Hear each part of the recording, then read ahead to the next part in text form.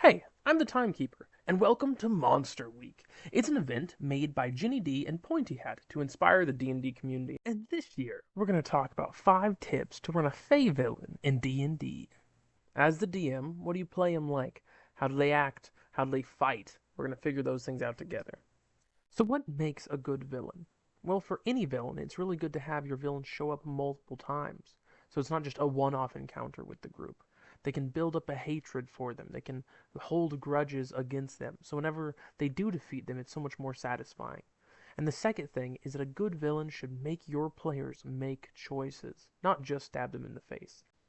And that's why the Fae are so amazing, because the Fae prefer deals to direct combat, so it helps with both of those things. And deal making is so much fun. Every single time I offer one of these hooligans, I will give you ultimate cosmic power. However, also, your teeth are going to fall out. They take that deal. The second tip is that Fey villains are tricky, but they're truthful. They're not going to lie to you, but they will manipulate you. They'll use wordplay. They'll ask for a moment of your time. And if you accept that, then later, whenever you're fighting them, they might control you for a turn. I once had someone meet a witch who controlled memories, and whenever the party entered, she greeted one of them at the door by name. Throughout the conversation, they realized that previously, somehow they had traded away one of their memories to this woman, as well as the memory of meeting her itself. Whenever they met them, they greatly wanted to know what this memory was, and so one of the other party members actually traded the happiest memories from their childhood away, and even the very names of their parents for this other party member to get back what they realized was their trauma they didn't want in the first place. Our next tip is that Fey villains don't make sense to you. They don't make sense to the player. That is, they might be trying to figure out their plan, but their plan doesn't make that much sense yet until all is revealed. That is. Imagine if someone walked into a store and they were selling a simple piece of cardboard, and what they thought was just a simple piece of cardboard was actually a rookie card from Babe Ruth that you might know is worth hundreds of thousands of dollars. However, to this person, it's worthless. That's what you are walking into the Feywild. They might want your random trinkets, or for you to just tell them a story, or a moment of your time.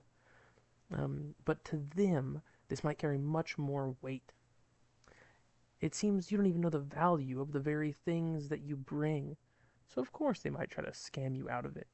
You walk in with $100 and you think it's a useless piece of trash? Well, I'll take that off your hands. They might be doing crazy stuff for some unknown reason. Why do they need a pint of tiefling blood? Well, why do they need this other random thing? Well, because you don't understand their plans yet, because they're from this completely otherworldly place. But you will.